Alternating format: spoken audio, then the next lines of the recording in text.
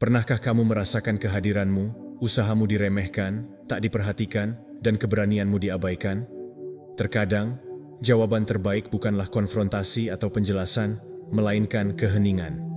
Dalam video ini, Anda akan menemukan kekuatan untuk menjauh dalam keheningan, tanpa kata, tanpa drama. Kamu memiliki keputusan tentang kehidupan mereka yang tidak tahu menghargai dirimu sendiri. Kamu akan melihat bagaimana tindakan ini meninggalkan kekosongan yang begitu dalam, sehingga memaksa mereka untuk menghadapi kenyataan pahit tentang apa yang telah hilang. Bersiaplah untuk belajar bagaimana diammu bisa menjadi senjata yang lebih kuat, yang mampu membingungkan dan membuat putus asa mereka yang memberimu duduk. Sebelum memulai topik yang kuat ini, saya ingin Anda mengambil momen untuk menyatakan alamat baru Anda. Jika Anda siap meninggalkan apa yang tidak menghargai Anda dan memulai babak baru dalam hidupmu, berikan komentar di bawah kalimat tersebut. Hari ini versi baru saya dimulai. Saya adalah stoik, berkomitmen pada diri sendiri, maju terus dengan kekuatan dan ketenangan yang saya inginkan. Lihat tekad itu di komentar.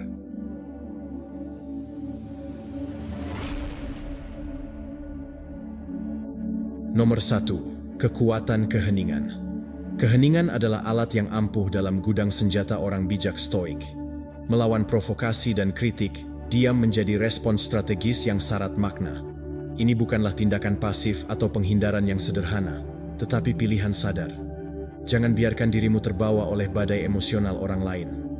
Seorang stoik tidak bereaksi secara impulsif. Pilihlah ketenangan. Diam adalah perisai yang melindungi ketenangan batin kita dari serangan yang menyakitkan atau bersifat pribadi. Temukan tempat untuk berlabuh saat-saat konflik, baik dengan keluarga, teman, atau dalam hubungan romantis. Kata-kata bisa menjadi senjata yang melepaskan lebih banyak kerusakan daripada yang mereka lakukan. Seringkali, kita berpura-pura menanggapi kritik, seperti komentar pada keputusan hidup atau gaya hidup. Respon yang paling efektif bukanlah pertahanan panjang atau serangan balik. Sebaliknya, tidak adanya respon mungkin merupakan penegasan itu sendiri. Suatu bentuk menjaga martabat dan menghindari jatuh ke dalam perangkap diskusi yang tidak membuahkan hasil. Melalui keheningan, kita menyampaikan pesan bahwa pendapat orang lain tidak memiliki kekuatan untuk mengganggu kedamaian batin kita atau mendikte tindakan kita. Dalam hubungan cinta, keheningan mungkin bahkan lebih penting. Diskusi bisa cepat berubah menjadi pertarungan ego, di mana setiap kata menjadi anak panah yang ditakdirkan untuk menyakiti yang lain. Dalam hal ini, saat-saat diam bisa menjadi tindakan cinta dan pengendalian diri. Alih-alih menanggapi dengan kata-kata yang dapat meningkatkan konflik, keheningan dapat menawarkan ruang untuk refleksi, memungkinkan kedua belah pihak untuk menenangkan emosi dan mempertimbangkan kebenaran asal-usul masalah. Penggunaan strategis keheningan bukan berarti mengabaikan atau menghindari masalah, tetapi mengatasinya dengan pikiran yang lebih tenang dan jernih. Keheningan memiliki kekuatan untuk melucuti senjata mereka yang ingin memprovokasi kita. Dalam masyarakat yang menghargai kata terakhir dan jawaban cepat, tetap diam adalah tindakan kekuatan, tanda bahwa kebutuhan kita tidak terpenuhi oleh persetujuan atau validasi orang lain. Ketika seseorang mencoba merendahkan kita atau memprovokasi kita, mereka mengharapkan reaksi yang membenarkan serangan. Dengan merespons dengan diam, kita tidak memberikan kepuasan melihat satu sama lain terganggu. Dengan cara ini, kekuatannya kembali ke tangan kita. Kita adalah mereka yang mengendalikan narasi dan dinamika interaksi, bukannya diseret ke dalam permainan orang lain.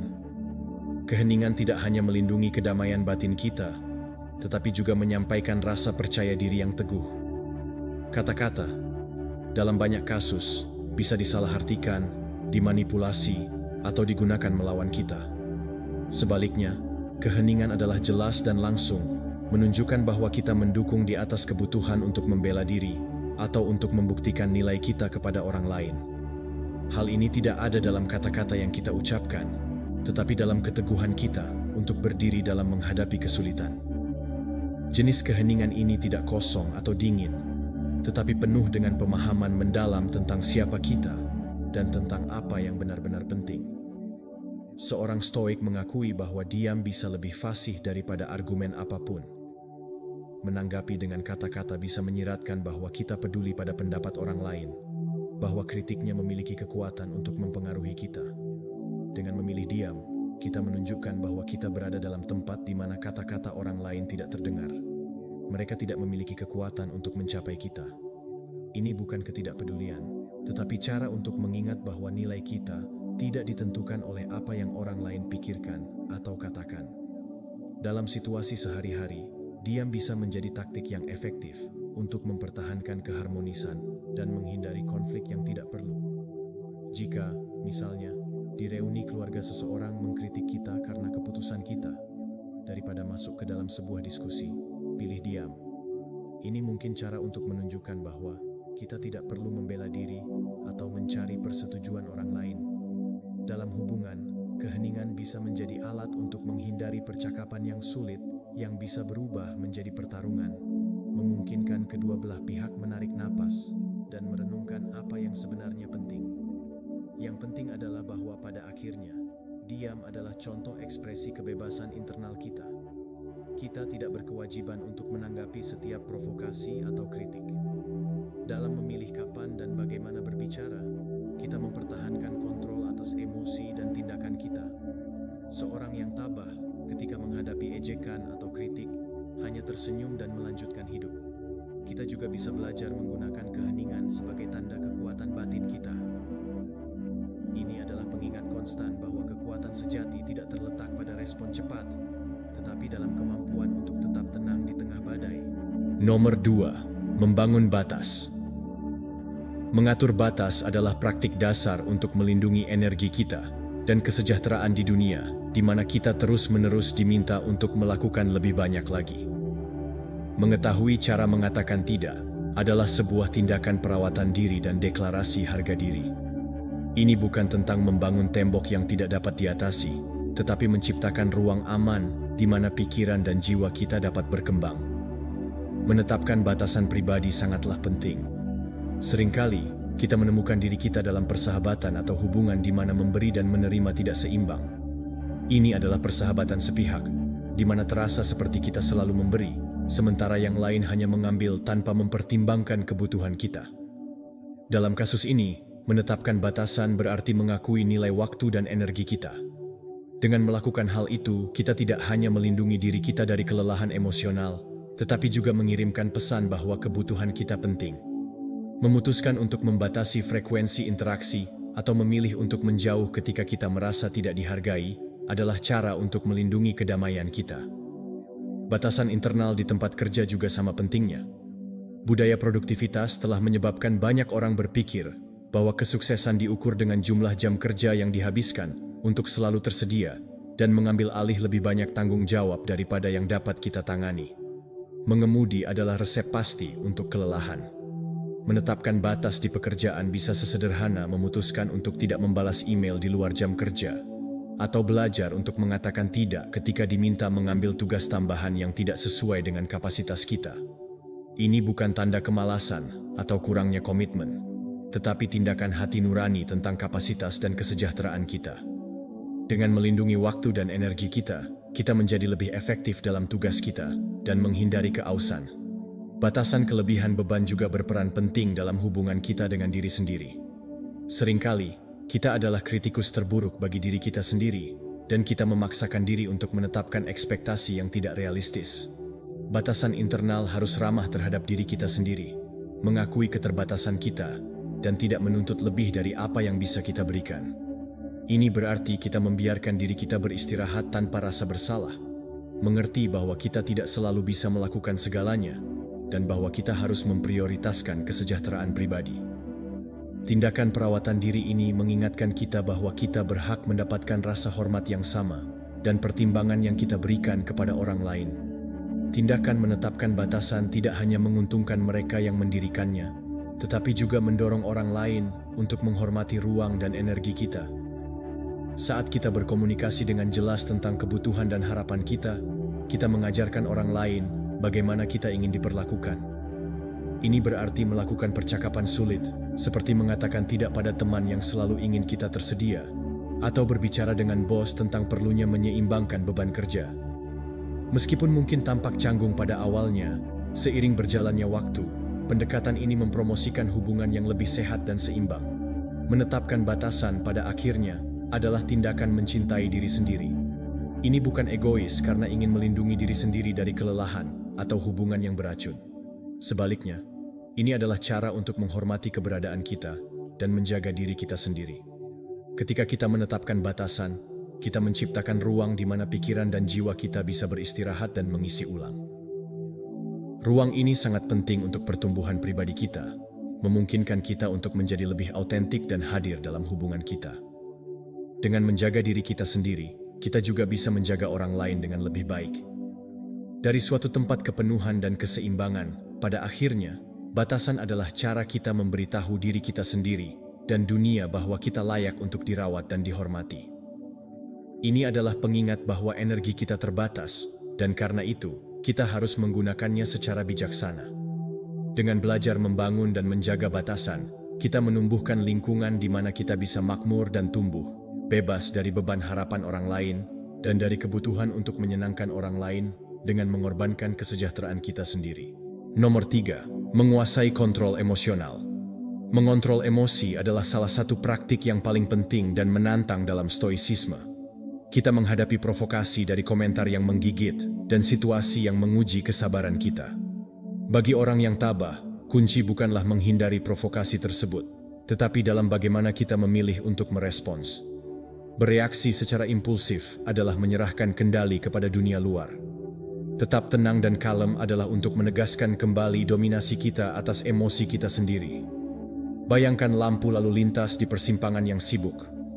Ketika lampu berubah menjadi merah, semua kendaraan harus berhenti. Jika memungkinkan, ada jeda sebelum situasi terus berlanjut. Jeda ini sangat penting. Ini menghindari kekacauan dan kecelakaan. Hal yang sama berlaku ketika menghadapi provokasi. Kita harus belajar untuk mengaktifkan lampu lalu lintas internal kita. Sebaliknya, kita tidak harus bereaksi secara otomatis. Izinkan diri kita untuk berhenti sejenak, di mana kita dapat mengevaluasi emosi kita dan memutuskan bagaimana kita ingin melanjutkan. Momen refleksi ini adalah di mana kekuatan sejati berada, memberi kita kesempatan untuk memilih kata-kata dan tindakan dengan kebijaksanaan. Emosi impulsif itu seperti api. Jika kita tidak mengendalikannya, mereka bisa mengkonsumsi kita.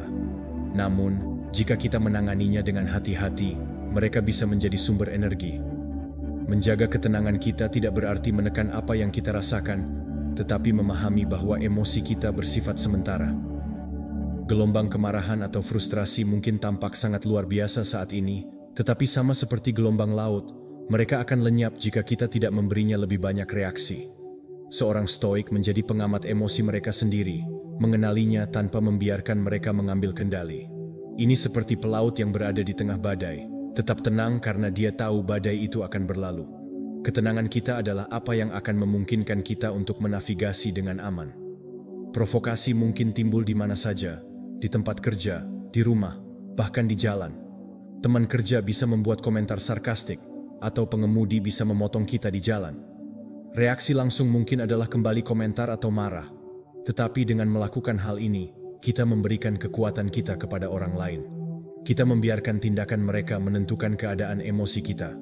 Jika kita mengambil waktu untuk bernapas dan jeda, kita menyadari bahwa tidak ada yang harus berpartisipasi dalam permainan itu. Kita dapat memilih untuk menanggapi dengan tenang atau bahkan tidak menjawab sama sekali. Pilihan ini membebaskan kita dan menjaga kita tetap berada dalam kontrol kedamaian pikiran kita sendiri. Tetap tenang di saat provokasi juga merupakan tanda kekuatan. Seringkali, salah diasumsikan bahwa orang yang berteriak paling keras atau yang merespons paling cepat adalah yang paling kuat. Namun, sebenarnya, kekuatan terletak pada kemampuan untuk tetap tenang ketika semuanya berjalan tidak baik. Lingkungan sekitar kita mendorong kita untuk kehilangan kendali. Ini seperti menjadi pohon yang kokoh selama badai. Meskipun angin mencoba menghancurkannya, ia tetap kokoh dan berakar, mengandalkan ketahanan mereka sendiri. Dengan cara yang sama, dengan menguasai reaksi emosional kita, kita menunjukkan bahwa kita tidak diperbudak oleh emosi kita atau tindakan orang lain. Biarkan emosi yang menentukan jawaban kita. Ini tidak berarti kita menjadi tidak peka atau dingin. Sebaliknya, kita belajar untuk mengenali emosi kita dan mengelolanya dengan cara yang menguntungkan kita. Ini adalah tindakan menghargai dan menghormati diri sendiri terhadap orang lain. Dengan memilih, kita secara sadar menciptakan respon di mana interaksi dapat terjadi lebih konstruktif dan kurang merusak. Dalam konteks konflik, kita bisa menjadi sumber perdamaian dan kejelasan untuk diri kita sendiri dan orang-orang di sekitar kita. Oleh karena itu, pengendalian emosi merupakan suatu bentuk kebebasan. Ini membebaskan kita dari siklus reaksi yang sering kita alami dan memungkinkan kita untuk hidup dengan lebih banyak tujuan. Ini adalah praktik yang membutuhkan kesabaran dan dedikasi, tetapi menawarkan hadiah berupa kemampuan untuk memiliki diri kita sendiri dalam setiap saat. Pada akhirnya, kita tidak mencoba menghilangkan emosi, tetapi belajar untuk hidup bersama mereka dengan cara yang memungkinkan kita bertindak dari sudut pandang kedamaian dan kebijaksanaan. Nomor 4. Menggunakan waktu dengan bijak. Waktu adalah salah satu sumber daya paling berharga yang kita miliki, dan penggunaannya yang tepat adalah prinsip dasar dalam filsafat Stoik. Kita hidup di zaman di mana kedekatan telah menjadi norma. Segala sesuatu harus terjadi secara instan dan respons harus cepat. Namun, orang yang Stoik tahu bahwa kesabaran adalah kebajikan, dan waktu bisa menjadi sekutu yang kuat saat digunakan dengan bijak. Daripada terburu-buru bereaksi terhadap setiap situasi, Stoik menunggu saat yang tepat untuk bertindak, dengan memahami bahwa keputusan tindakan impulsif seringkali menghasilkan hasil yang tidak baik. Kesabaran yang baik itu bagaikan seni bagi seorang petani. Seorang petani tidak menanam benih dan berharap panennya hari berikutnya. Dia tahu bahwa pertumbuhan ini membutuhkan waktu, perhatian, dan yang terpenting, kesabaran. Selama berminggu-minggu, bahkan berbulan-bulan, dia merawat ladang, menyiraminya, dan melindunginya dari cuaca buruk. Dengan cara yang sama, Stoik memahami bahwa pertumbuhan pribadi dan perolehan kebijaksanaan bukanlah proses yang instan. Ini membutuhkan investasi waktu dan usaha yang berkelanjutan. Keputusan dan perubahan besar dalam hidup tidak terjadi secara kebetulan atau semalam. Mereka membutuhkan refleksi, pengamatan, dan seringkali kemampuan untuk menunggu saat yang tepat untuk memberikan langkah selanjutnya. Waktu, saat digunakan dengan bijak, menjadi sekutu, bukan musuh. Dalam situasi konflik atau tantangan, dorongan umum adalah untuk bereaksi segera, mencari solusi cepat, atau menanggapi provokasi. Namun, ini mengakui nilai dari berhenti sejenak daripada langsung memulai. Di tengah panasnya suasana, kita memilih untuk mengamati, menganalisis, dan menunggu. Kita tahu bahwa dengan mengizinkan emosi tenang dan pikiran menjadi lebih jernih, kita akan berada di posisi yang jauh lebih baik untuk mengambil keputusan yang benar. Kesabaran ini bukan tanda kelemahan, tetapi kekuatan. Pengendalian diri adalah perbedaan antara laut yang tenang dan badai yang bergejolak. Yang pertama selalu memiliki visi yang lebih jelas. Menunggu saat yang tepat untuk bertindak tidak berarti tidak bertindak atau pasif. Sebaliknya, ini adalah persiapan yang terus-menerus, bersiap ketika waktunya tiba. Saat yang tepat juga bagi petani untuk bekerja di ladangnya saat tanaman tumbuh. Karya Stoik dalam diri kita mengembangkan kebajikan, kebijaksanaan, dan ketahanan. Ketika kesempatan untuk bertindak muncul, kita sudah siap untuk melakukannya dengan jelas dan terarah. Waktu dalam pengertian ini menjadi sekutu yang memungkinkan hal-hal berkembang dengan kecepatan mereka sendiri, memastikan bahwa tindakan yang kita lakukan sesuai dengan nilai-nilai kita dan tujuan yang lebih dalam untuk pertumbuhan diri serta lahan yang dibudidayakan. Ini adalah proses yang tidak bisa dilakukan terburu-buru. Ini membutuhkan kesabaran, dedikasi, dan kesediaan untuk melewati stasiun-stasiun. Dalam kehidupan, akan ada saat-saat menabur, di mana kita menabur benih aspirasi dan usaha. Akan ada masa menunggu, di mana tampaknya tidak ada yang terjadi di permukaan, dan kemudian akan ada masa panen, ketika semua kerja keras dan kesabaran yang diberikan membuahkan hasil. Namun, setiap tahap sangat penting dan memiliki nilai tersendiri. Memahami hal ini membebaskan kita dari kecemasan yang datang dengan terburu-buru dan tidak sabar. Dan di tempat itu, kita menemukan kedamaian dalam prosesnya. Menggunakan waktu dengan bijak juga melibatkan mengetahui kapan tidak boleh bertindak. Tidak semua situasi membutuhkan respons atau tindakan segera. Terkadang, tindakan terbaik adalah tidak bertindak, sabar, menunggu untuk melihat bagaimana hal-hal berkembang. Ini bukan pengunduran diri, tetapi cara untuk menghormati aliran kehidupan alami, seperti halnya sungai yang mengalir dengan iramanya sendiri. Kadang-kadang, segala sesuatu harus mengikuti jalurnya sendiri tanpa campur tangan. Seorang stoik belajar untuk mengenali kapan saatnya untuk campur tangan dan kapan lebih baik membiarkan airnya tenang dengan sendirinya. Pada akhirnya, menggunakan waktu dengan bijak adalah manifestasi dari kebijaksanaan stoik. Ini adalah tanda bahwa kita telah belajar untuk tidak menjadi budak dari emosi kita atau harapan orang lain. Kita juga memahami bahwa kesabaran bukanlah penantian kosong, tetapi sebuah periode persiapan dan pertumbuhan. Seperti seorang petani yang percaya bahwa benih akan mekar ketika waktunya tiba, stoik percaya bahwa jawaban dan hasil yang tepat akan datang jika kita memberi mereka ruang dan waktu yang diperlukan untuk berkembang. Nomor 5. Memprioritaskan hal-hal penting. Memprioritaskan hal-hal penting adalah tindakan kebijaksanaan yang dapat mengubah cara kita hidup. Kita hidup di dunia yang dipenuhi dengan gangguan dan rangsangan yang konstan. Pikiran kita mudah tersebar, dan kita terjebak dalam hal yang dangkal. Bagi stoik, kunci menuju kehidupan yang penuh terletak pada fokus pada apa yang benar-benar penting dan melepaskan hal-hal yang hanya menghabiskan waktu dan tenaga tanpa menambahkan nilai. Praktik ini tidak hanya membawa kejelasan, tetapi juga memungkinkan kita untuk hidup dengan tujuan yang lebih kuat dan lebih sadar. Setiap hari, kita menghadapi keputusan dan tuntutan yang tak terhitung jumlahnya.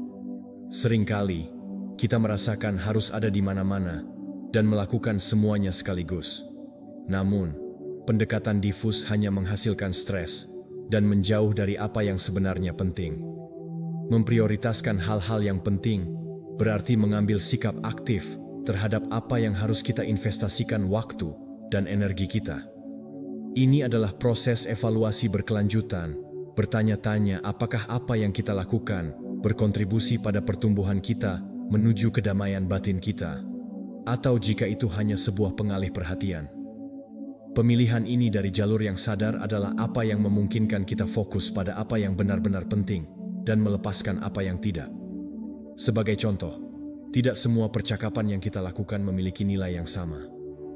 Berpartisipasi dalam percakapan penting yang memelihara kita dan membantu kita tumbuh jauh lebih berharga daripada menginvestasikan waktu dalam diskusi dangkal atau perdebatan yang tidak mengarah kemana-mana.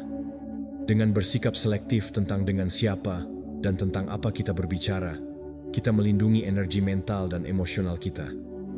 Ini tidak berarti menjadi acuh tak acuh atau tidak peka, tetapi belajar untuk membedakan antara apa yang memperkaya hidup kita dan apa yang hanya kebisingan. Ketika kita fokus pada percakapan yang benar-benar penting, kita mengalami perasaan damai dan kejelasan. Kita tidak terseret ke dalam hal-hal sepele atau konflik yang tidak perlu. Untuk bisa memprioritaskan hal yang penting, kita perlu mengetahui nilai-nilai dan tujuan kita sendiri.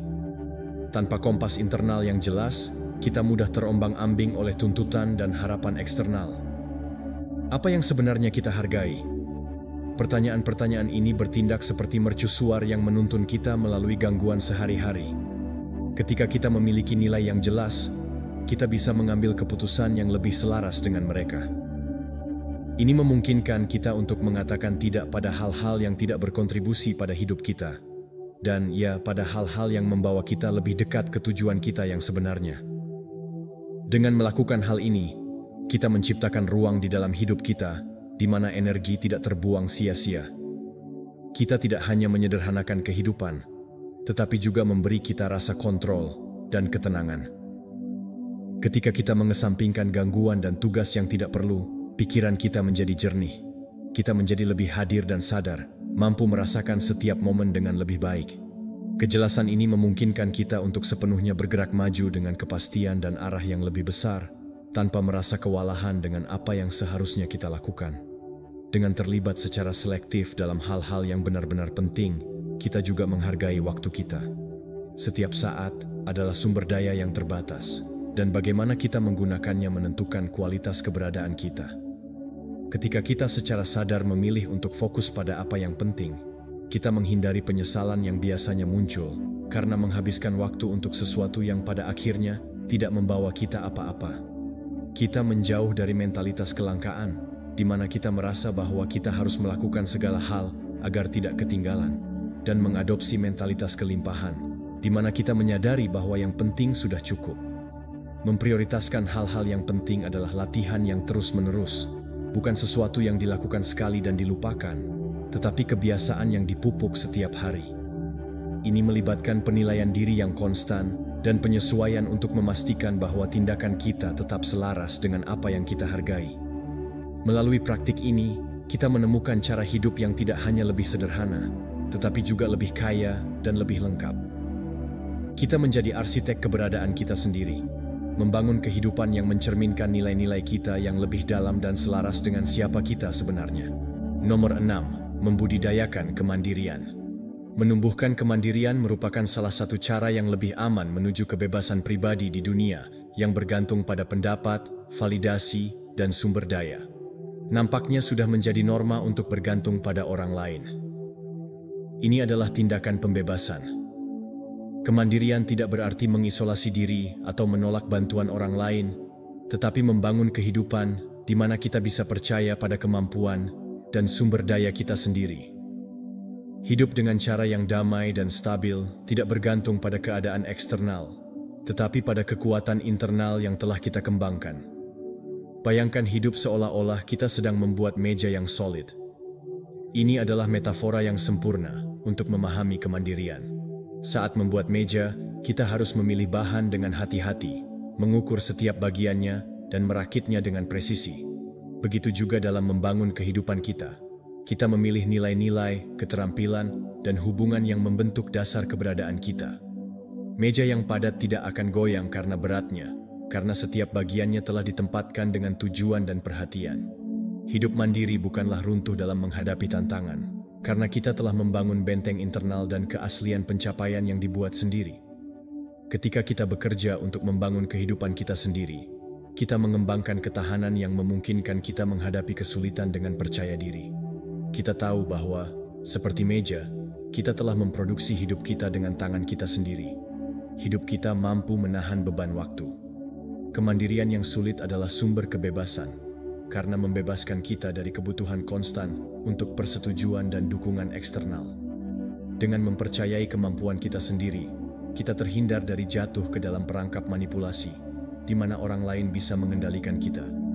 Kekuatan pribadi yang lahir dari kemandirian memungkinkan kita untuk mengambil keputusan berdasarkan apa yang terbaik untuk kita, bukan berdasarkan harapan atau keinginan orang lain. Ini adalah perbedaan antara menjadi kapten kapal kita sendiri atau menjadi penumpang yang terbawa arus. Kemandirian memberi kita kendali atas hidup kita, memungkinkan kita untuk menavigasi arah yang benar-benar kita inginkan. Percaya pada diri sendiri adalah sebuah tindakan keberanian dan rasa hormat terhadap kemampuan kita sendiri. Ini adalah pengakuan bahwa meskipun jalan menuju kemandirian bisa menjadi menantang, itu adalah perjalanan yang layak untuk ditempuh. Dengan menumbuhkan kemandirian, kita mengembangkan hubungan yang lebih dalam dengan diri kita sendiri. Kita menjadi lebih menyadari kekuatan dan area yang masih bisa kita kembangkan. Kesadaran memberdayakan kita, karena kita tidak lagi menjadi korban dari keadaan, tetapi protagonis aktif dalam penciptaan hidup kita. Inilah kepercayaan yang menjadi penghalang alami terhadap manipulasi. Ketika kita yakin siapa kita dan apa yang bisa kita capai, kita tidak perlu orang lain memberitahu kita apa yang harus dilakukan, atau bagaimana perasaan kita tentang pencapaian yang kita capai dengan cara kita sendiri. Setiap kali kita melihat pencapaian kita mengingat usaha, dedikasi, dan waktu yang diinvestasikan dalam menciptakan sesuatu yang autentik dan abadi. Ini adalah bukti kemampuan kita untuk mengatasi rintangan dan kemampuan kita untuk membentuk hidup kita. Hidup kita bukan hanya tentang hasil, tetapi tentang proses pertumbuhan yang melibatkan pencapaian setiap hari. Melangkah di jalan menuju kemandirian adalah pelajaran yang dipelajari, kekuatan yang dikembangkan. Dengan melihat ke belakang, kita melihat jalan yang penuh dengan pencapaian kita sendiri, dan ini memberi kita keyakinan untuk melanjutkan. Maju dalam kemandirian juga membantu kita membangun lebih banyak hubungan sehat dan seimbang. Ketika kita tidak bergantung pada orang lain untuk tujuan kebahagiaan atau kesejahteraan kita bisa berhubungan dari tempat yang penuh alih-alih dari keharusan. Ini memungkinkan memungkinkan kita untuk memilih untuk bersama orang-orang yang memberi manfaat bagi kita dan memperkaya kita, alih-alih mencari di orang lain apa yang kita rasa kurang. Dengan mandiri, kita tidak mencari orang lain untuk mengisi kekosongan dalam hidup kita. Kita berbagi hidup kita yang sudah lengkap dengan mereka.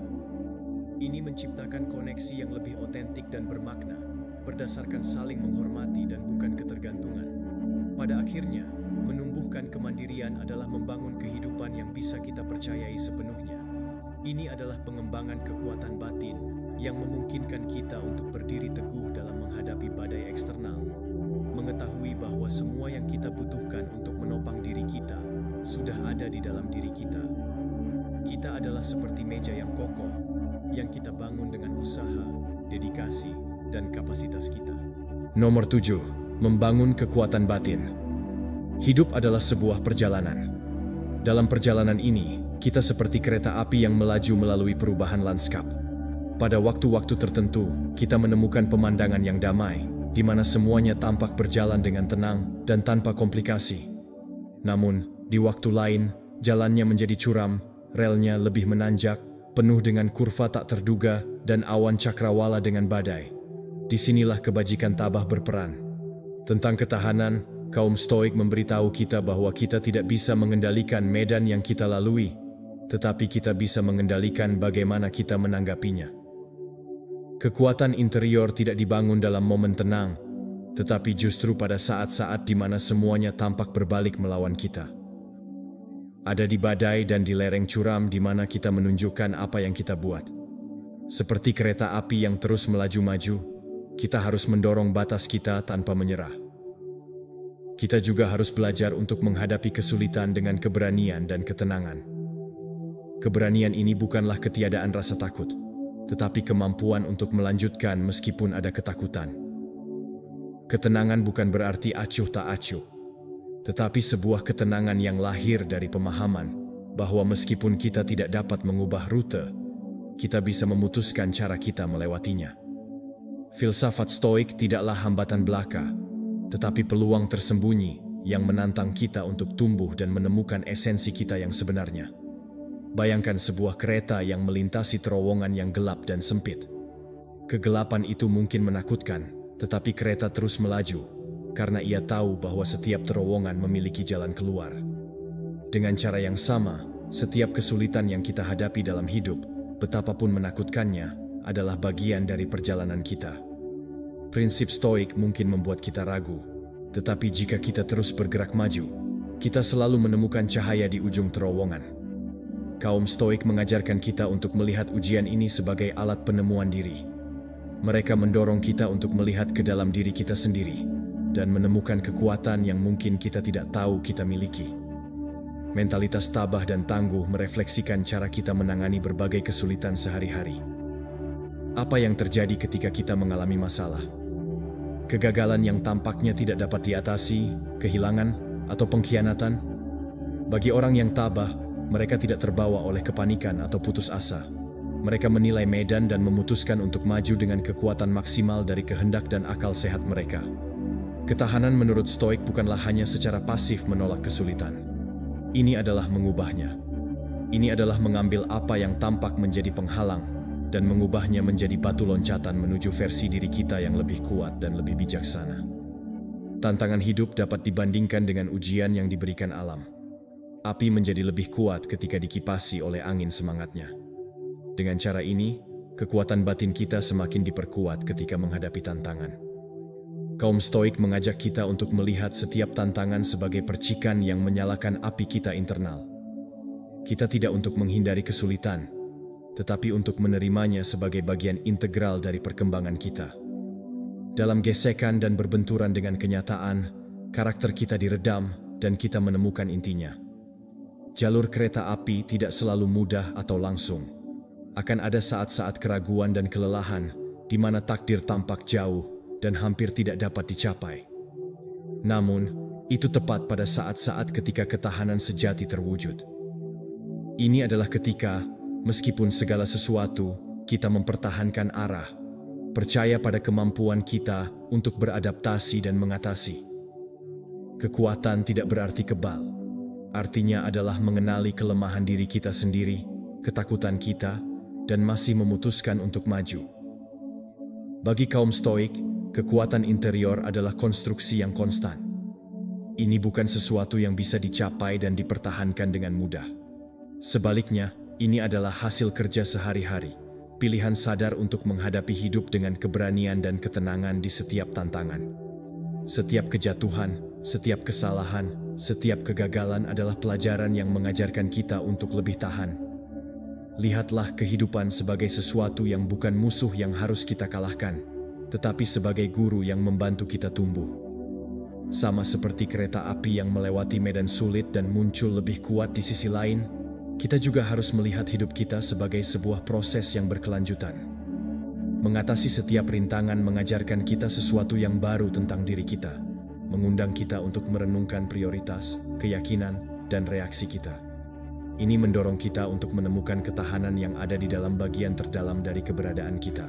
Nomor 7. Membangun kekuatan batin. Hidup adalah sebuah perjalanan. Dalam perjalanan ini, kita seperti kereta api yang melaju melalui perubahan lanskap. Pada waktu-waktu tertentu, kita menemukan pemandangan yang damai, di mana semuanya tampak berjalan dengan tenang dan tanpa komplikasi. Namun, di waktu lain, jalannya menjadi curam, relnya lebih menanjak, penuh dengan kurva tak terduga, dan awan cakrawala dengan badai. Disinilah kebajikan tabah berperan. Tentang ketahanan, kaum Stoik memberitahu kita bahwa kita tidak bisa mengendalikan medan yang kita lalui, tetapi kita bisa mengendalikan bagaimana kita menanggapinya. Kekuatan interior tidak dibangun dalam momen tenang, tetapi justru pada saat-saat di mana semuanya tampak berbalik melawan kita. Ada di badai dan di lereng curam di mana kita menunjukkan apa yang kita buat. Seperti kereta api yang terus melaju-maju, kita harus mendorong batas kita tanpa menyerah. Kita juga harus belajar untuk menghadapi kesulitan dengan keberanian dan ketenangan. Keberanian ini bukanlah ketiadaan rasa takut, tetapi kemampuan untuk melanjutkan meskipun ada ketakutan. Ketenangan bukan berarti acuh tak acuh, tetapi sebuah ketenangan yang lahir dari pemahaman bahwa meskipun kita tidak dapat mengubah rute, kita bisa memutuskan cara kita melewatinya. Filsafat Stoik tidaklah hambatan belaka, tetapi peluang tersembunyi yang menantang kita untuk tumbuh dan menemukan esensi kita yang sebenarnya. Bayangkan sebuah kereta yang melintasi terowongan yang gelap dan sempit.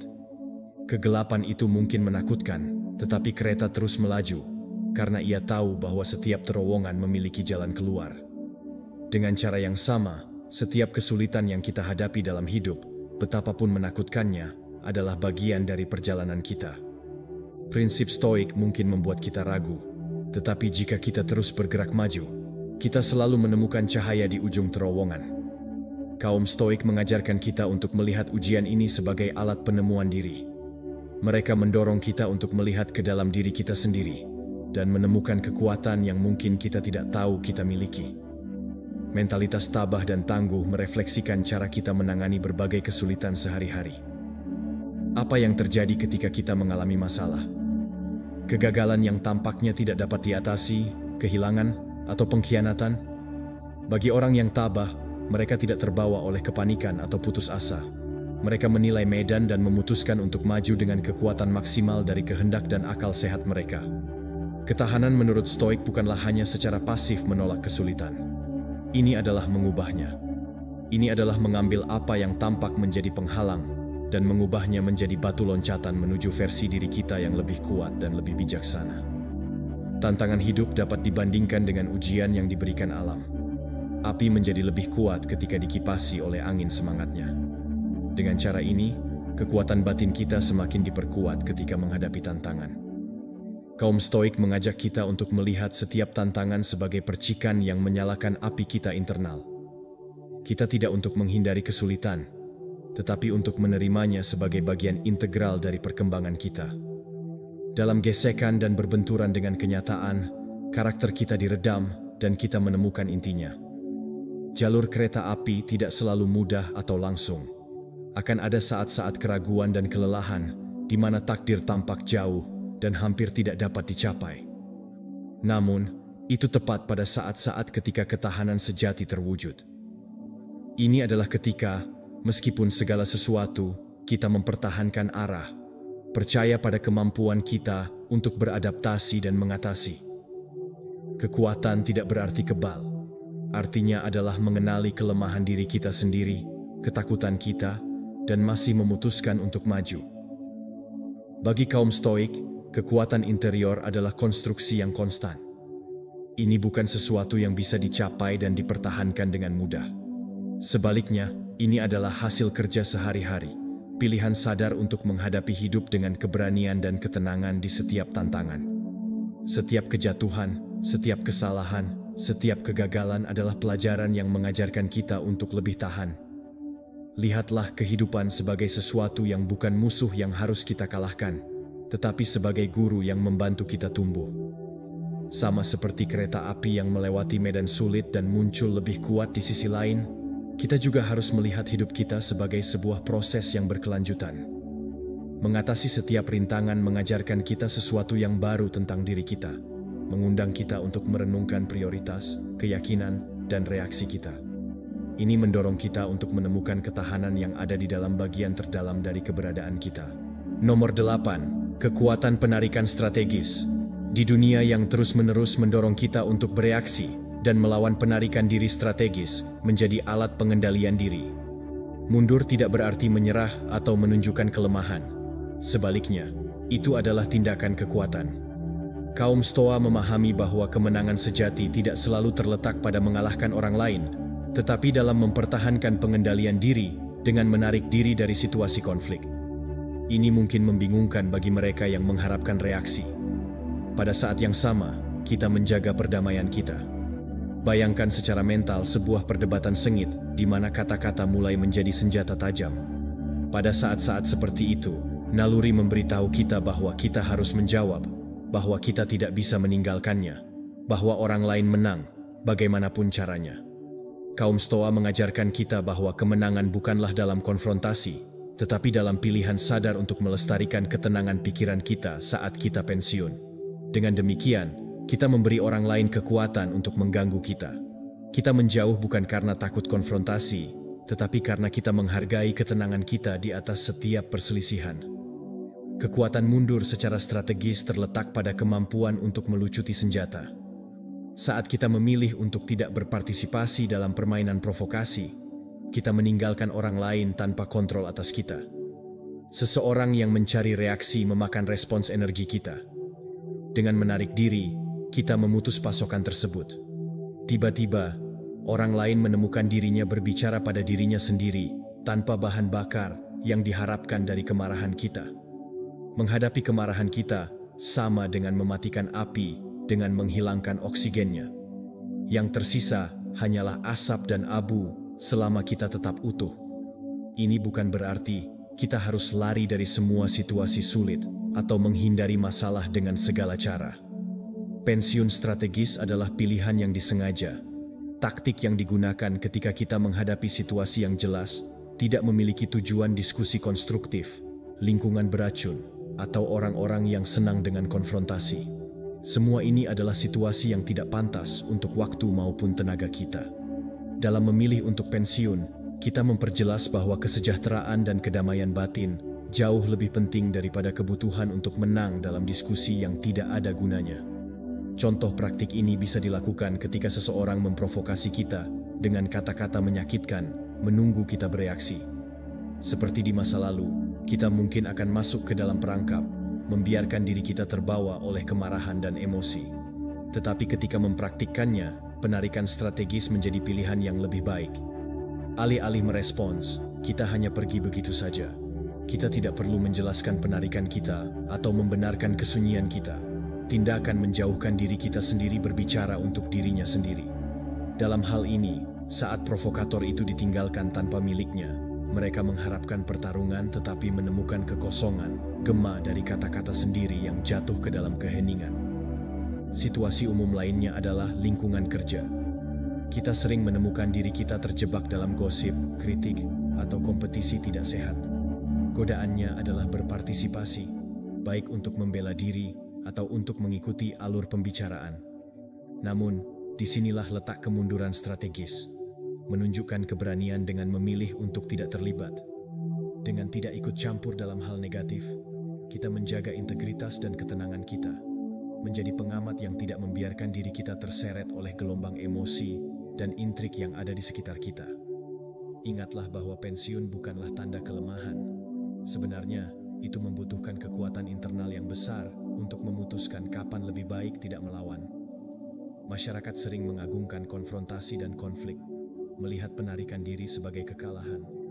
Namun bagi kaum Stoa, kemenangan sejati adalah pengendalian diri sendiri, kemampuan untuk memilih pertempuran dengan kebijaksanaan dan tidak membiarkan orang lain mendikte tindakan kita. Dengan menarik diri, kita menegaskan kemerdekaan dan menunjukkan bahwa ketenangan pikiran adalah sesuatu yang tidak kita miliki. Kita bersedia berkorban untuk itu. Ada kekuatan dalam tindakan penarikan yang jelas kepada dunia bahwa Anda tidak bisa mengendalikan saya.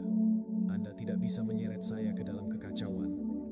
Saat kita memutuskan untuk tidak bereaksi, kita mengambil kendali atas hidup kita, menunjukkan bahwa kita adalah pemilik emosi kita, keputusan kita, dan bahwa kita tidak akan menjadi budak provokasi orang lain.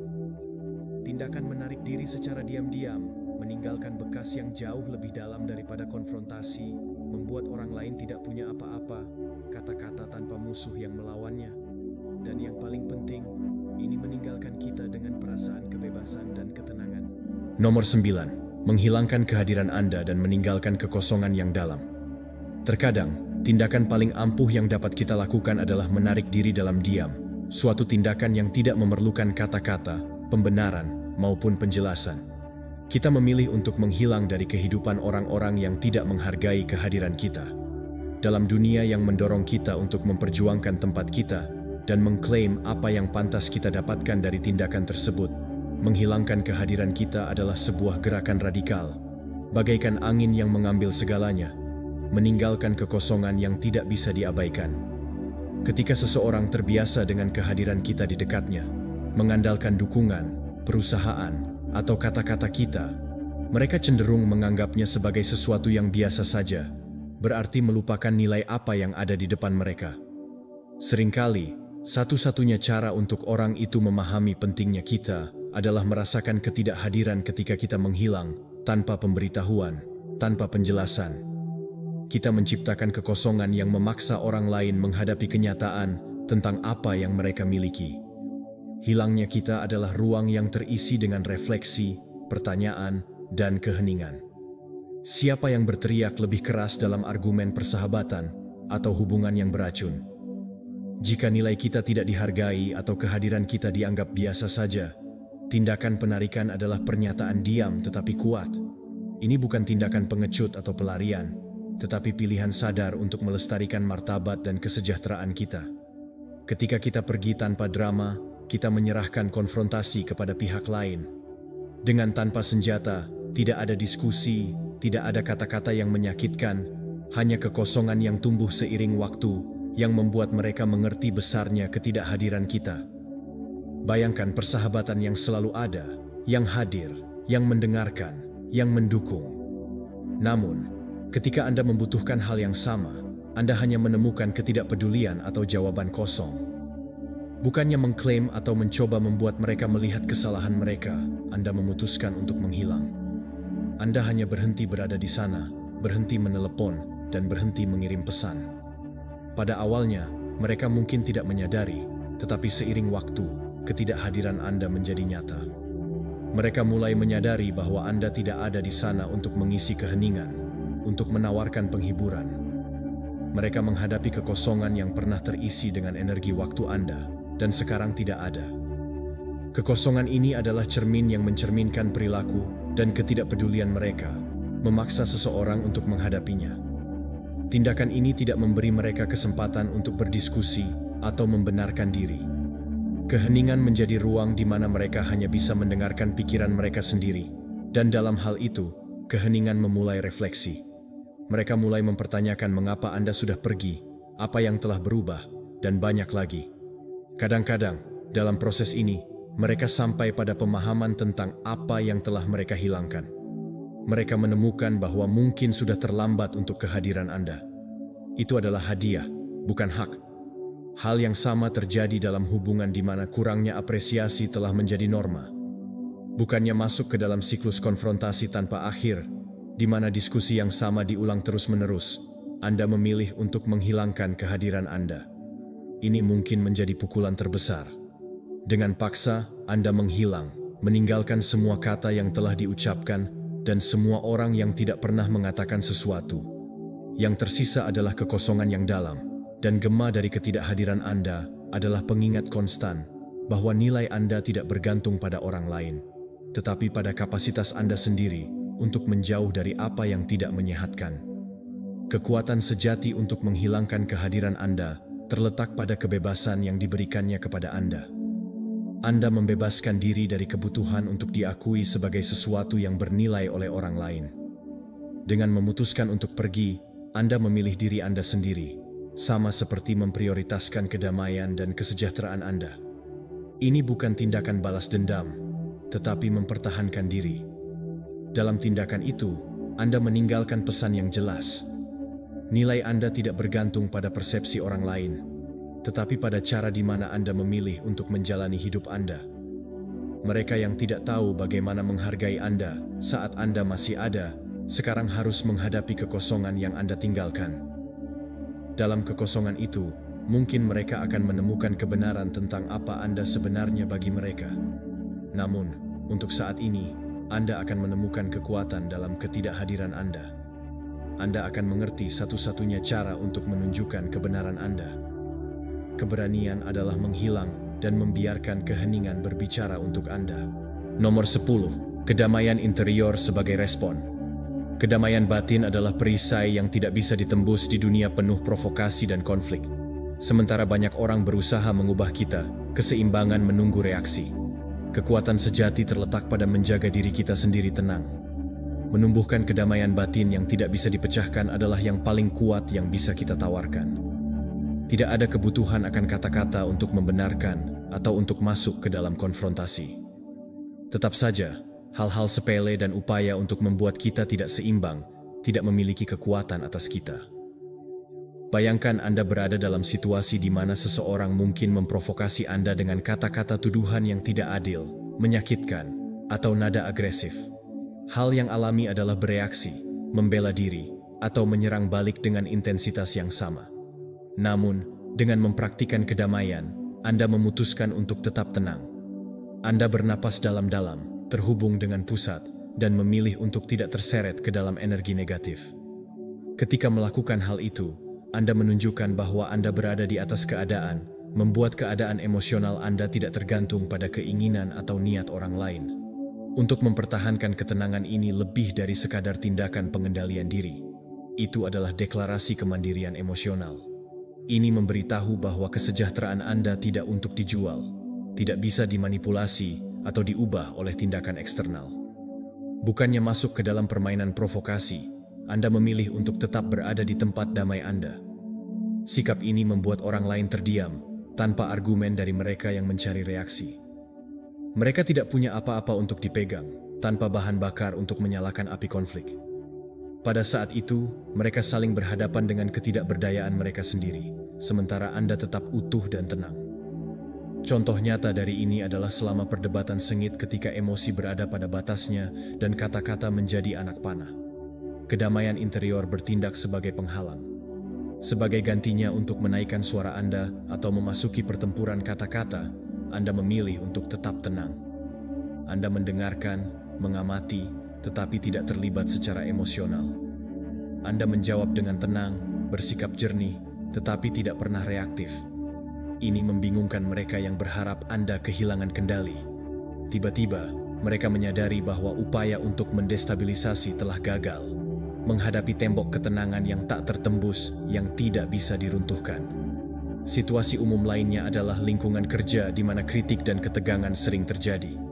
Ketika menghadapi komentar negatif atau kritik yang tidak adil, reaksi langsung bisa berupa membela diri atau serangan balik. Namun, dengan mengolah kedamaian Anda memilih untuk menanggapi dengan tenang. Anda menerima kritik yang membangun dan membiarkan kritik yang tidak membangun lewat. Anda tidak membiarkan mereka mempengaruhi Anda. Biarkan orang lain mendefinisikan suasana hati Anda. Pastikan mereka gagal mengubah Anda.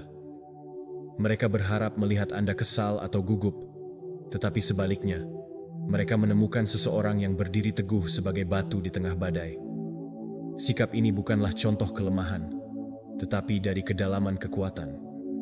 Kedamaian batin bukanlah tidak adanya emosi, tetapi kemampuan untuk mengendalikan dan mengarahkan emosi. Ini adalah kemampuan untuk tetap tenang di tengah kekacauan, tidak membiarkan diri Anda terseret oleh gelombang provokasi. Kaum Stoa mengajarkan kita bahwa kebebasan sejati terletak pada pengendalian diri.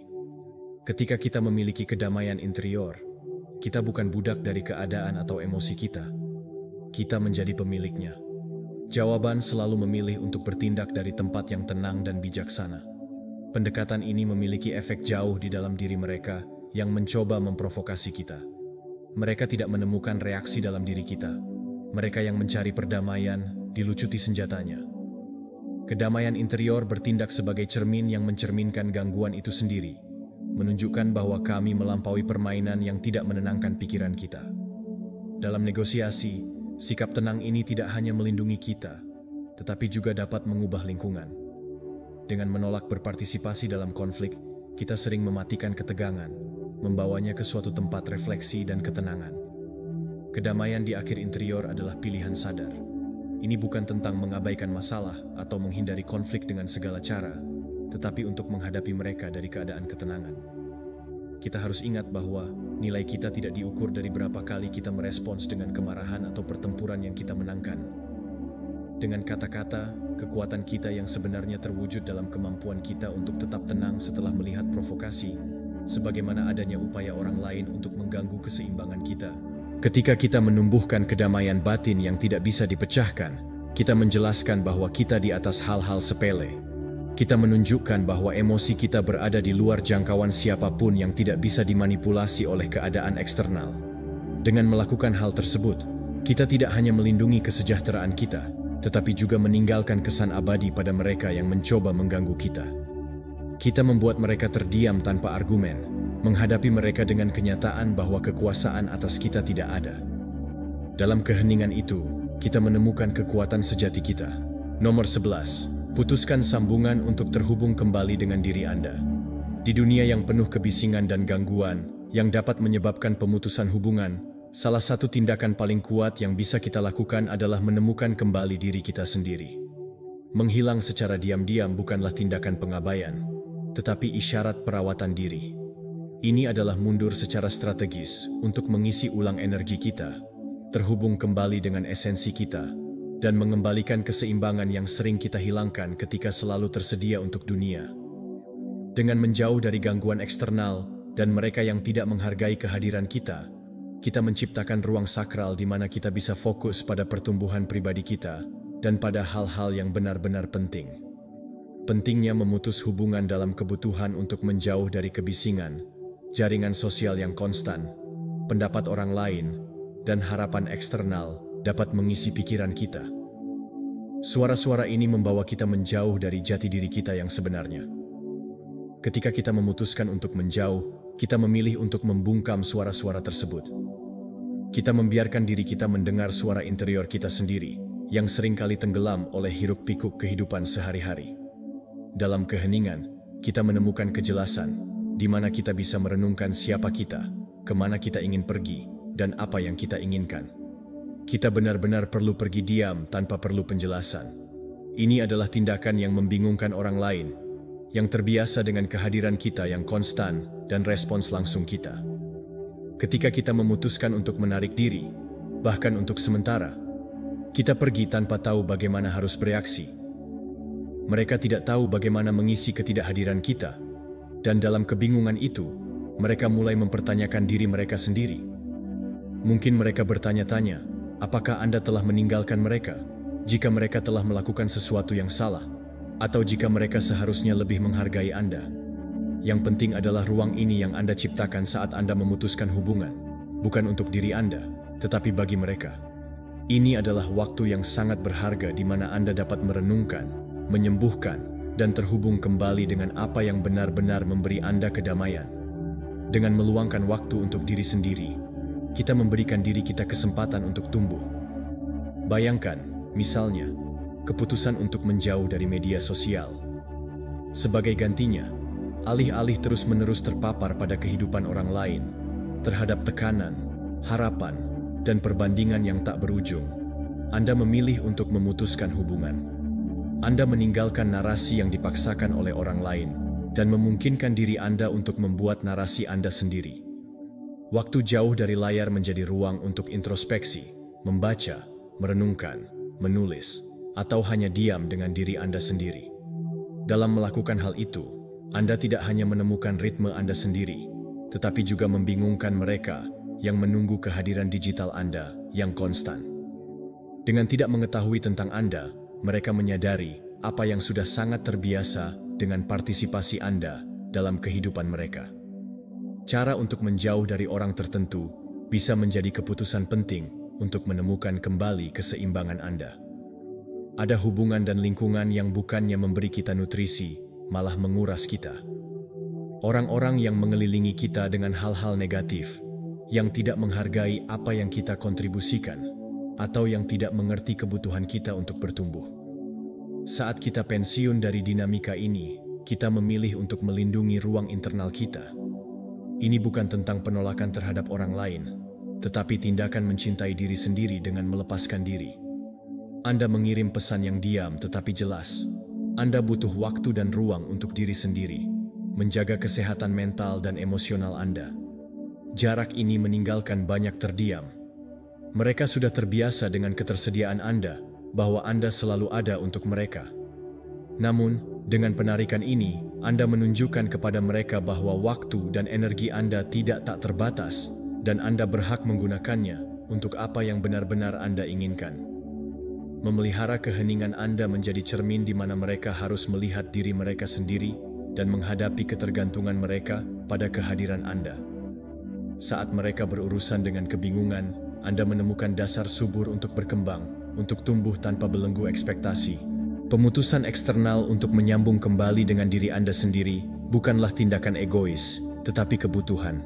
Kita menghabiskan begitu banyak waktu berbalik keluar, mencoba memenuhi tuntutan hidup, hingga kita lupa bahwa komitmen pertama kita harus bersama diri kita sendiri. Hanya dengan menjauhkan diri kita sendiri, kita bisa melihat dengan jelas apa yang sebenarnya kita butuhkan, apa yang tidak kita miliki, dan apa yang harus kita tanam untuk mencapai tujuan kita. Keseimbangan di saat kesepian yang dipilih membantu kita menemukan kembali gairah, tujuan, dan nilai-nilai kita. Kita menyadari apa yang penting dan apa yang berlebihan. Ketika akhirnya kita memutuskan untuk kembali, kita melakukannya dari tempat kepenuhan, bukan karena klaim orang lain, tetapi karena kita telah memutuskan bahwa ini adalah waktu yang tepat untuk berdiam diri.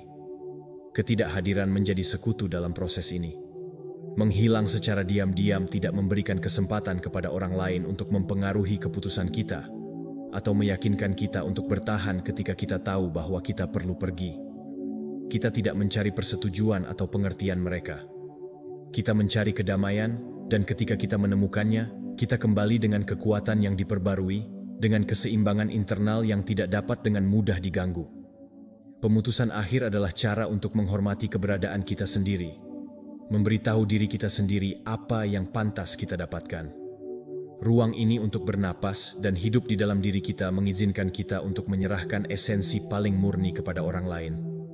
Mereka mungkin bingung, tetapi di dalam kebingungan itu, mereka menyadari bahwa kita lebih dari apa yang mereka lihat di permukaan. Ketika Anda kembali, Anda akan menemukan diri Anda lebih selaras dengan diri Anda, lebih menyadari nilai Anda, dan siap untuk melanjutkan perjalanan Anda dengan kedamaian batin yang tidak dapat diambil oleh siapapun dari Anda. Nomor 12. Mengembalikan kepercayaan diri Anda. Mendapatkan kembali kepercayaan diri adalah proses penting ketika Anda menghadapi situasi di mana Anda tidak dihargai. Ini adalah jalan kembali ke esensi Anda, koneksi ulang dengan siapa Anda sebenarnya, di luar pendapat dan penilaian orang lain. Ketika seseorang tidak menyadari nilai Anda, mudah bagi keraguan untuk menyusup, melemahkan harga diri Anda, dan membuat Anda mempertanyakan rasa harga diri Anda sendiri. Namun, kekuatan sejati terletak pada kemampuan Anda untuk membangun kembali diri Anda, untuk menyembuhkan dan keluar dari pengalaman dengan lebih kuat, lebih aman, dan lebih bahagia. Langkah pertama untuk memulihkan kepercayaan diri adalah mengenali nilai diri sendiri, terlepas dari bagaimana orang lain memperlakukan Anda. Anda tidak didefinisikan oleh tindakan atau perkataan orang yang tidak tahu cara menghargai Anda. Nilai Anda ada di dalam diri Anda dan tidak tergantung pada validasi eksternal. Renungkan pencapaian Anda, kualitas, dan segala sesuatu yang membuat Anda menjadi diri Anda sendiri. Siapakah Anda? Buatlah inventarisasi dari hal-hal yang membuat Anda bangga, saat-saat di mana Anda telah menunjukkan kekuatan dan ketahanan. Latihan ini akan membantu Anda mengingat bahwa meskipun orang lain belum melihatnya, ada kebesaran di dalam diri Anda. Penting juga untuk mengelilingi diri Anda dengan orang-orang dan lingkungan yang benar-benar menghargai Anda. Terkadang, kepercayaan diri kita terpengaruh karena kita berada di lingkungan yang beracun, di mana nilai kita terus-menerus dipertanyakan atau diabaikan. Menjauh dari tempat-tempat tersebut dan mendekat ke orang-orang yang menyemangati dan merayakan pencapaian Anda sangat penting. Orang-orang ini akan bertindak sebagai cermin yang mencerminkan nilai diri Anda yang sebenarnya, mengingatkan Anda tentang potensi Anda dan membantu Anda terus tumbuh. Membangun kembali kepercayaan diri juga melibatkan kerja keras. Dialog internal setelah melalui pengalaman di mana Anda tidak dihargai adalah umum. Kritik dan kata-kata negatif seringkali tetap ada di pikiran Anda. Ubah dialog ini. Fokuslah pada afirmasi positif tentang diri Anda sendiri. Bicaralah pada diri Anda sendiri dengan belas kasih dan kebaikan yang sama yang akan Anda tawarkan kepada orang lain. Ulangi kata-kata itu setiap hari. Saya berharga, saya layak dihormati, dan saya memiliki kekuatan untuk mengatasi ini. Fokus pada kesejahteraan emosional Anda juga penting. Ambil tindakan kepercayaan. Kepercayaan dibangun melalui pengalaman dan prestasi. Tetapkan tujuan kecil yang menantang Anda dan memungkinkan Anda tumbuh. Ini tidak perlu besar. Bahkan prestasi terkecil dapat menjadi langkah signifikan menuju membangun kembali harga diri Anda. Setiap kali Anda mencapai tujuan, rayakan keberhasilan Anda. Kenali usaha yang Anda lakukan dan bagaimana setiap kemenangan, tidak peduli seberapa kecil, adalah bukti kemampuan dan tekad Anda untuk mengatasi situasi. Orang yang tidak menghargai Anda juga memberikan kesempatan untuk belajar dan tumbuh. Renungkan pengalaman itu dan tanyakan pada diri sendiri apa yang bisa Anda ambil darinya untuk pengembangan pribadi Anda. Bukan dari perspektif kritik diri, tetapi dari sudut pandang keinginan yang tulus untuk belajar. Mungkin Anda menyadari pentingnya menetapkan batasan. Katakan tidak ketika sesuatu tidak menguntungkan Anda, atau identifikasi tanda-tanda hubungan yang tidak sehat. Pembelajaran ini akan menjadi alat yang membuat Anda lebih kuat dan lebih bijaksana di masa depan. Membangun kembali kepercayaan diri tidak hanya membuat Anda menjadi orang yang lebih baik, tetapi juga seseorang yang memancarkan energi keamanan yang berbeda. Ini bersifat magnetis dan menarik hubungan serta pengalaman sehat yang mencerminkan cinta dan rasa hormat yang Anda miliki. Anda memiliki orang-orang di samping Anda yang mulai memperhatikan perubahan ini. Orang yang sama yang pernah meremehkan Anda akan terpengaruh oleh kekuatan dan cahaya yang sekarang Anda proyeksikan. Ini bukan karena Anda mencarinya, tetapi karena proses penyembuhan Anda. Ini adalah sesuatu yang tidak bisa diabaikan. Mendapatkan kembali kepercayaan pada diri sendiri juga merupakan tindakan mencintai diri sendiri, dengan memutuskan bahwa Anda pantas mendapatkan lebih dari apa yang Anda terima di masa lalu. Anda memberi diri Anda izin untuk makmur. Anda mengklaim hak Anda untuk bahagia, merasa aman, dan menjalani kehidupan di mana Anda menghargai diri sendiri di atas opini eksternal. Sikap ini akan menuntun Anda untuk mengambil keputusan yang menguntungkan Anda, memilih hubungan yang menyehatkan Anda, dan menghentikan hubungan yang tidak berkontribusi pada kesejahteraan Anda. Pada akhirnya, pengalaman tidak dihargai bisa menjadi titik balik. Ini tidak menentukan siapa Anda, tetapi bisa menentukan siapa Anda memutuskan untuk menjadi mulai sekarang. Untuk menyembuhkan dan membangun kembali kepercayaan diri Anda, tunjukkan bahwa bekas luka bukanlah simbol kekalahan, tetapi Anda adalah bukti nyata dari kemenangan Anda. Anda bisa bangkit lebih kuat dan lebih bijaksana setiap kali hidup memberi Anda tantangan. Kekuatan, kebahagiaan, dan keamanan Anda sekarang menjadi jawaban yang paling penting untuk situasi apapun di mana Anda tidak dihargai. Tidak ada yang lebih besar dari demonstrasi kemampuan Anda untuk menyembuhkan dan makmur, karena faktanya, meskipun Anda terus maju, Anda bersinar dengan segalanya lebih intens dari sebelumnya. Nomor 13. Ramah, tetapi membatasi kontak. Kebaikan adalah sebuah kebajikan yang kuat, terutama ketika dihadapkan dengan orang yang tidak menghargai Anda. Anda berhak memilih untuk bersikap baik, tetapi itu tidak berarti Anda harus membiarkan orang lain memperlakukan Anda dengan sembarangan, atau bahwa Anda harus tetap dekat dengan mereka yang tidak menghargai nilai Anda. Sebaliknya, bersikap baik adalah ekspresi martabat dan kendali emosi Anda. Ini menunjukkan bahwa meskipun ada tindakan dari orang lain, Anda tetap bisa menjaga integritas Anda. Namun, kebaikan harus berjalan beriringan dengan perawatan diri. Oleh karena itu, penting untuk belajar menjadi ramah sambil membatasi kontak dengan mereka yang tidak berkontribusi positif pada kesejahteraan emosional Anda. Membatasi kontak bukanlah pilihan balas dendam. Ini adalah cara untuk melindungi diri sendiri. Sadari bahwa Anda pantas mendapatkannya. Kelilingi diri Anda dengan orang-orang yang menghargai dan menghormati Anda. Dengan menjaga jarak yang sehat, Anda memberi diri Anda ruang yang diperlukan untuk menyembuhkan, merenungkan, dan membangun kembali harga diri Anda. Bersikap baik dalam situasi ini berarti tidak menyimpan kebencian atau terlibat dalam konflik yang tidak perlu. Anda cukup memilih untuk berinteraksi dari tempat yang damai dan menghormati, tetapi Anda juga memutuskan berapa banyak yang ingin Anda tawarkan kepada mereka.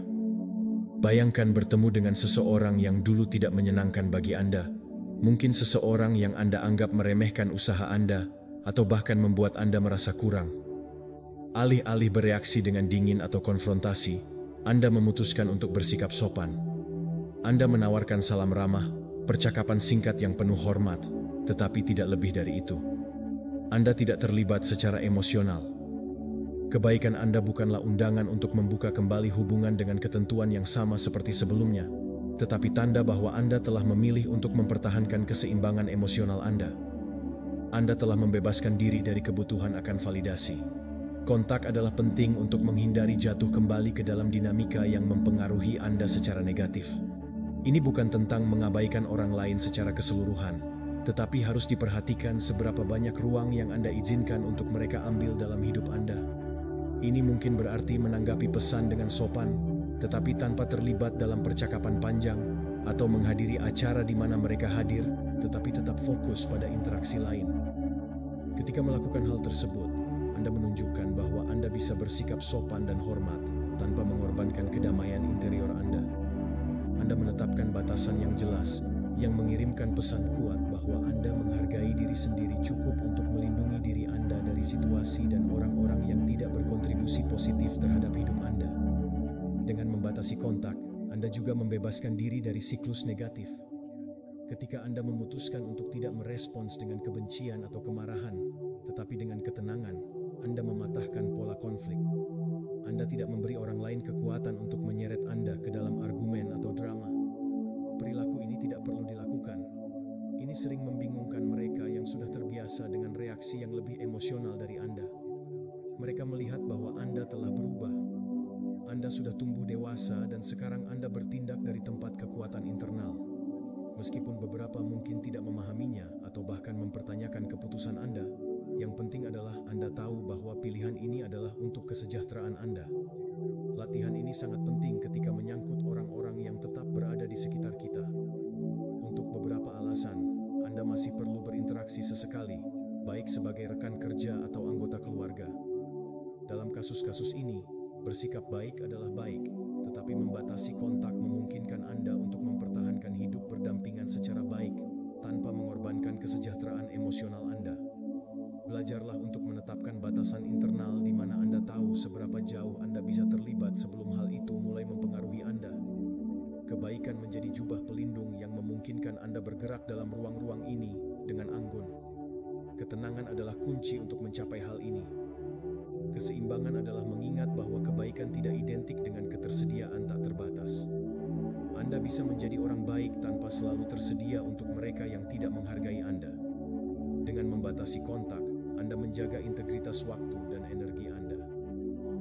Anda belajar untuk mengatakan tidak dengan cara yang sopan tetapi tegas, untuk menarik diri dari dari situasi yang tidak berkontribusi pada Anda dan memprioritaskan kebutuhan Anda sendiri tanpa merasa bersalah. Ini adalah cara untuk menunjukkan rasa hormat pada diri sendiri dan untuk mengajarkan orang lain bagaimana Anda ingin diperlakukan. Cobalah untuk mempraktikkan pelajaran ini yang Anda berikan pada diri sendiri, menyadari bahwa kebaikan adalah pilihan sadar, bukan kewajiban. Anda bersikap baik bukan karena diharapkan oleh orang lain, tetapi karena itu adalah ekspresi karakter Anda sendiri. Kontak, di sisi lain, adalah strategi untuk menjaga keseimbangan emosional Anda dan melindungi martabat Anda. Ini memberitahu orang lain dan diri Anda sendiri bahwa Anda berhak mendapatkan hubungan yang sehat dan saling menghormati. Pendekatan ini memungkinkan Anda untuk tetap berada dalam kedamaian tanpa membawa hal-hal negatif dari masa lalu. Bebaskan diri Anda untuk fokus pada orang-orang dan pengalaman yang benar-benar membawa kebaikan ke dalam hidup Anda. Orang-orang yang Anda sayangi, yang menghargai, dan mendorong Anda untuk menjadi versi terbaik dari diri Anda sendiri. Dengan bersikap baik dan membatasi kontak, Anda menumbuhkan lingkungan di mana kesejahteraan emosional Anda menjadi prioritas. Sebelum menutup video ini, saya ingin Anda mengingat sesuatu yang penting. Nilai Anda tidak tergantung pada persepsi orang lain, tetapi pada bagaimana Anda memutuskan untuk menjalani hidup Anda. Jika Anda menemukan kata-kata ini memberi Anda kekuatan untuk pergi dalam diam dan fokus pada kedamaian batin Anda, saya mengundang Anda untuk menegaskan kembali komitmen tersebut. Masuk ke bagian komentar dan tuliskan, "Hari ini, versi baru saya dimulai. Saya stoik." Jadikan kalimat ini mantra untuk pertumbuhan pribadi Anda. Bagikan semua keputusan Anda untuk menjadi lebih kuat, lebih tenang, dan tidak pernah membiarkan orang lain menentukan nilai Anda. Saya berharap dapat membaca kalimat Anda di sana.